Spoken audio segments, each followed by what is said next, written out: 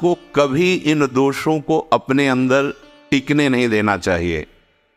और जो संसार के मार्ग में चल रहे, अगर इन दोषों में चलेंगे तो वो जो आपके पुण्य कर्मों से ऐश्वर्य है भी, वो नष्ट हो जाएगा। आप दुख, चिंता, शोक से ग्रसित होकर बड़ा दुख में जीवन व्यतीत करेंगे और आपकी गति बिगड़ जाएगी, दुर्गति हो जाएगी।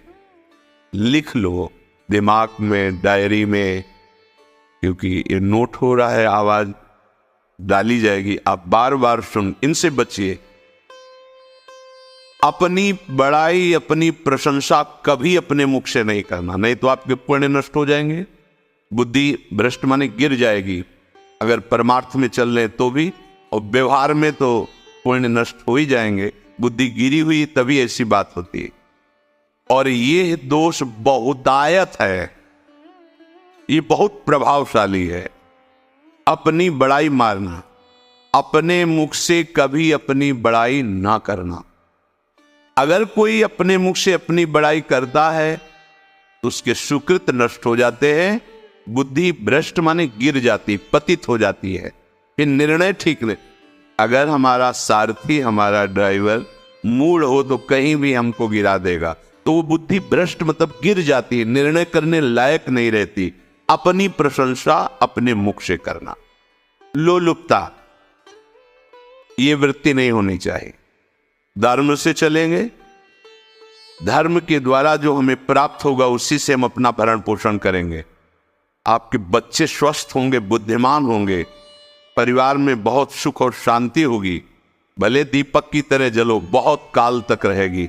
लक्ष्मी जी भी आपके घर में बहुत काल, हम ये नहीं कहते कि बहुत नहीं, जितनी है बहुत सुख शांति से चलोगे।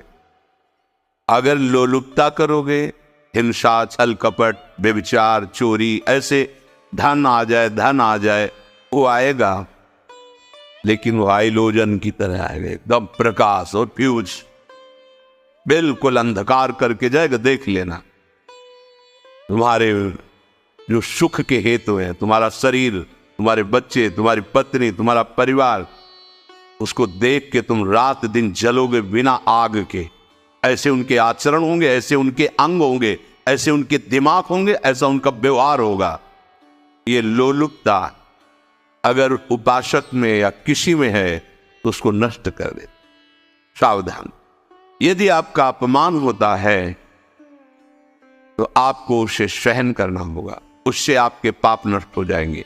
जो तनिक सा भी अपमान होने पर बहुत क्रोध करके दूसरे का अपकार करने लगता है, ये आपका पतन करा देगा, ये आपको फंसा देगा, हृदय जलेगा, अर्थव्यवस्था नष्ट होगी, पूरा परिवार दुखी होगा।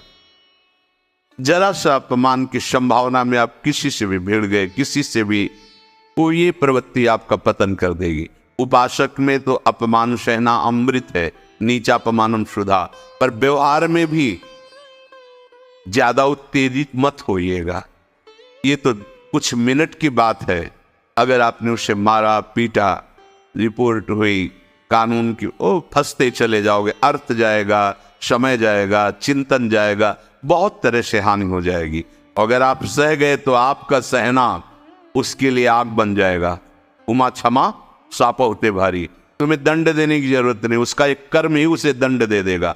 आप शांत हो जाइए, आप सत्संगी हैं, आप शांत रहिए। द्वेष भरी बातें, द्वेष भरे क्रियाएं, उन्हीं का चिंतन करके जलते रहना क्रोध से।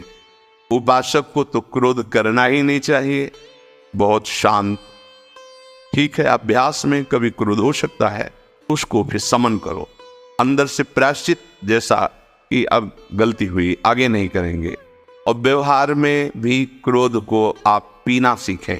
अगर बार बार आपका क्रोध प्रकट होता ही रहेगा, आपका स्वभाव बिगड़ जाएगा, आपके पुण्य नष्ट हो जाएंगे और आपका जीवन नष्ट हो जाएगा। देने वाला उतना दे देगा, आपको आनंदित रहो। पैसा खर्चा सब, पूरे जीवन का विध्वंस मचा दिया क्रोध ने। कहीं भी आप देखो, किसी से क्रोध करके देखो, फिर देखो तुम्हारा भजन चल रहा है, तुम्हारी वो आनंद वृत्ति है, नहीं जलोगे। ये क्रोध जो है, ये चाहे व्यवहार में हो चाहे परमार्थ में, दोनों की हानि करने वाला है। आश्रित जनों की रक्षा ना करना। अगर कोई भाग कर आपके पास आ गया है, कोई पशु पक्षी या कोई मनुष्य, आपको चाहिए कि अब चाहे हमारे पहले प्राण जाए, उसकी रक्षा करेंगे। जैसे कोई पशु पक्षी किसी भय से आपके सीमा के अंतर्गत आ गया है, अब उसकी रक्षा करनी है आपको। अगर आप स्वयं मार देते हैं या मरवा देते हैं, या आपके सुकृत नष्ट कर देगा, या आपकी दुर्गति का कारण बन जाएगा। अगर वो पाप कर्म आपके द्वारा मन में प्रेरित हो रहे हैं, संकल्प बन रहा है, क्रियाएं हो रही है, दुर्गति पक्की, पुण्य नष्ट हो जाएंगे, दुख अशांति बढ़ती चली जाएगी, कभी शांति नहीं प्राप्त कर पाएंगे। ऐसा नहीं कि जो मन में आवे सो करे। पापाचरण निडर और उत्साहित होकर करना, अगर ऐसे लक्षण है, निश्चित दुर्गति होती है। संभोग का ही चिंतन करना, संभोग में ही मन लगाना, संभोग दूसरी स्त्रियों के साथ करने की भावना रख, रात दिन बैठे बैठे बस यही चिंतन करना, गंदी बातों का, गंदी बातें देखना, गंदी बातें सुनना, गंदी बातों का चिंतन करना। फिर अन्य माताओं बहनों के प्रति काम दृष्टि से देखना, कोई आ जा रही है, दृष्टि से काम भाव से देखना, भोग बुद्धि से देखना, निश्चित पुण्यनाश, दुर्गति। बड़े बड़े उदाहरण इतिहास में है, जिन्होंने ऐसा दृश्य नेत्रों से देखने की चेष्टा की, मन में संकल्प किया भोगने का, नष्ट हो गए, चाहे वो कितने बड़े प्रतापी हो। विषमता रखने वाला सब भगवत स्वरूप है। समान व्यवहार, जैसे आपके भोजन है, जो आप पा रहे वही सबको दीजिए, बैठने की व्यवस्था, उठने की व्यवस्था, क्रम बाई क्रम, पर उसको भी नीच भाव से मत देखिए। उस कोटि का उसको प्यार दीजिए, दुलार दीजिए, सम्मान दीजिए। इतनी विषमता न फैलाते रहे अपने जीवन में कि आप सबके निंदा के पात्र बन जाए। विषमता, सबको प्यार। हाँ ठीक है, पुत्र का अलग प्यार है, भाई का अलग प्यार है, पिता का अलग प्यार है, पर हमारा व्यवहार प्रीति युक्त होना चाहिए, विषमता भरा नहीं होना चाहिए। अगर हमारे चित्त में विषमता ही रही तो संसार है, प्रभु नहीं है।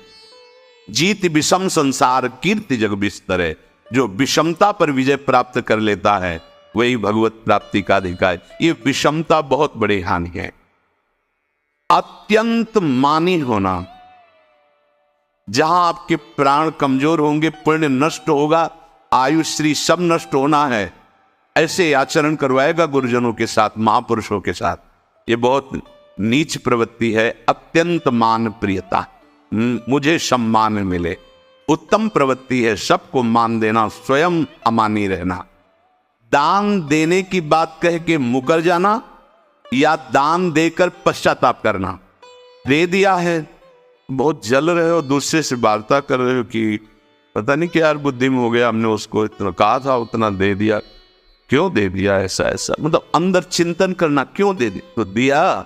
इसके बाद जो आपका ये जलन हो रही, पश्चाताप, सुकृत नष्ट हो रहे हैं।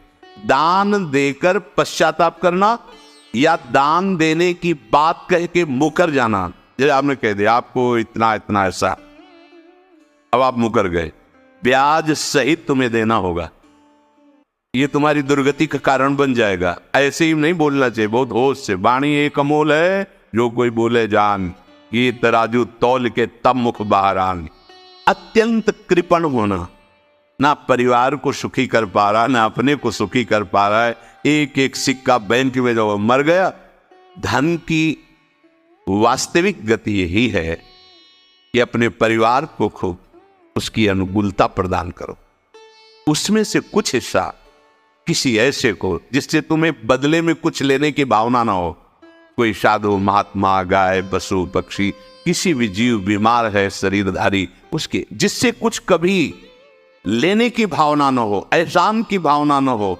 सो धन धन्य प्रथम गति जाकी, धन्य हो गया उसका धन। अब वो कृपण का धन किसी काम में, ना स्वसुख, ना परिवार के सुख, ना धर्म कार्यों में, व्यर्थ जीवन चला गया। उसी धन का चिंतन करना, उसी का संग्रह करना और उसी की रक्षा करते करते शरीर छोड़ देना, तो चिंतन बिगड़ गया। तो कह रहे हैं जो कृपणता है और अर्थ और काम की प्रशंसा, उसी की चर्चा, उसी का चिंतन। रुपया और भोग, उसी की चर्चा कर, जहां बैठे रुपया की चर्चा, भोग की चर्चा, जहां एकांत में बैठे उसी का चिंतन, कैसे रुपया बढ़े, कैसे भोग मिले। और अगर अवसर मिला तो रुपया अधर्म से आवे चाहे धर्म से, उसको इसकी कोई परवाह नहीं। और जो बालक, स्त्री, पागल, असहाय, जो इनकी रक्षा न करके इनकी हानि करता है, दुर्गति निश्चित है। माना आपकी पत्नी है, उसका स्वभाव बिगड़ा हुआ है, क्रोधी है, कटु वचन बोल, लेकिन आपके ही प्रारब्ध के लिए, माना आपका पति ऐसा स्वभाव वाला, पर आपके ही प्रारब्ध से तो संयोग बना है आकर, अब इसका निर्वाह कर ले जाओ तो पवित्र हो जाओगे दोनों। और अगर झगड़ा और लड़ाई और मारपीट और कहीं हिंसादि के रूप में उतर गए तो फिर और करनी बिगड़ गई। बालक है, आप उसको ज्ञान नहीं कि आप पवित्र है, कि आप पवित्र है, उसको ज्ञान नहीं कि आप उसके साथ व्यवहार अच्छा कर रहे हैं कि बुरा कर रहे हैं। रक्षा करनी है आपको, शोषण नहीं करना। कह रहे स्त्री, बालक और पागल, जैसे विक्षिप्त है, पागल है, आपको रक्षा करनी है। अगर आप